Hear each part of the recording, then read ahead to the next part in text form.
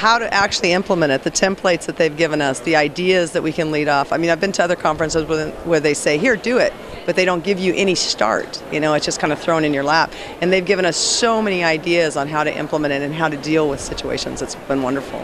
It just seems so natural, and I think that we'll be able to look at how are we supporting the teachers in our district and apply the learning that we've gotten here to what we're going to have to do in classrooms and in team meetings and in staff meetings and in professional development meetings at the county level.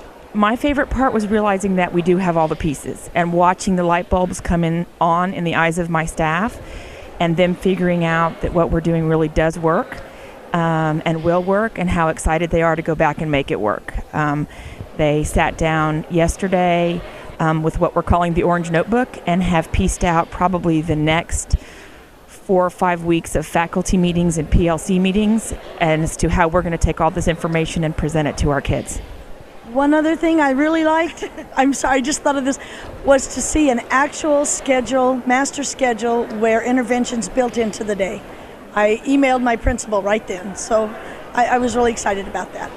I think the key thing is mostly changing to the learner, that making the learner the most important part and using the data that we can create by our common assessments to figure out which learners need the help and which teachers are the best at doing it.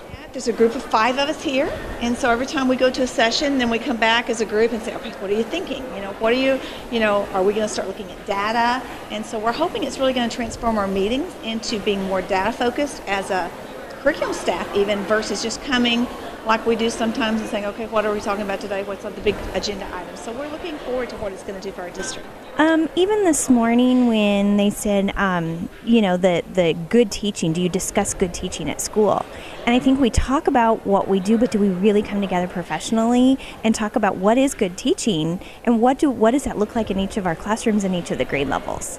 And I don't think we always necessarily do that as educators, but yet we have a wealth of experience at a building level to be able to do that.